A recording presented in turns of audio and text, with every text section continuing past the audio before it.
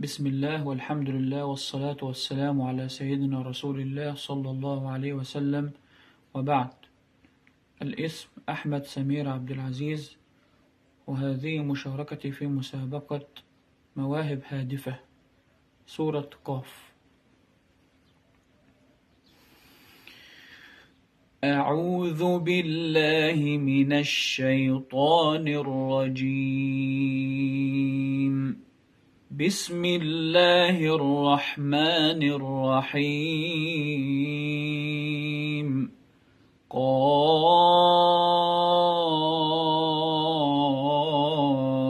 والقرآن المجيد، بل عجبوا أن جاءهم منذر منهم، فقال الكافرون هذا شيء عجيب. أإذا متنا وكنا ترابا ذلك رجع بعيد. قد علمنا ما تنقص الأرض منهم، وعندنا كتاب حفيظ. بل كذبوا بالحق لما جاءهم، فهم في أمر مريج. أفلم ينظروا إلى السماء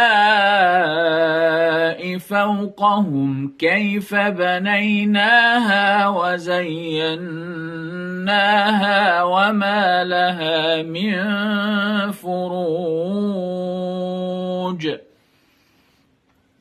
والأرض مددناها وألقينا فيها رواسي وأنبتنا فيها من كل زوج بهيج، تبصرة وذكرى لكل عبد منيب. ونزلنا من السماء ماء مباركا فأنبتنا به جنات وحب الحصيد، والنخل باسقات لها طلع نضيد، رزقا للعباد. وأحيينا به بلدة ميتا كذلك الخروج. كذبت قبلهم قوم نوح وأصحاب الرس وثمود وعاد وفرعون وإخوان لوط وأصحاب الأيكة وقوم تبع، كل كذب الرسل فحق وعيد. أفعينا بالخلق الأول بل هم في لبس من خلق جديد. ولقد خلقنا الإنسان ونعلم ما توسوس به نفسه، ونحن أقرب إليه من حبل الوريد. إذ يتلقى المتلقيان عن اليمين وعن الشمال قعيد. ما يلفظ من قول إلا لديه رقيب عتيد وجاءت سكرة الموت بالحق ذلك ما كنت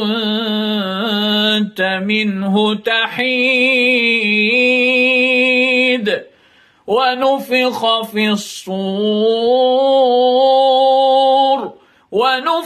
في الصور ذلك يوم الوعيد وجاءت كل نفس معها سائق وشهيد لقد كنت في غفلة من هذا فكشفنا عنك غطاءك فبصرك اليوم حديد وقال قرينه هذا ما لدي عتيد ألقيا في جهنم كل كفار عنيد مناع للخير معتد مريب الذي جعل مع الله إلها آخر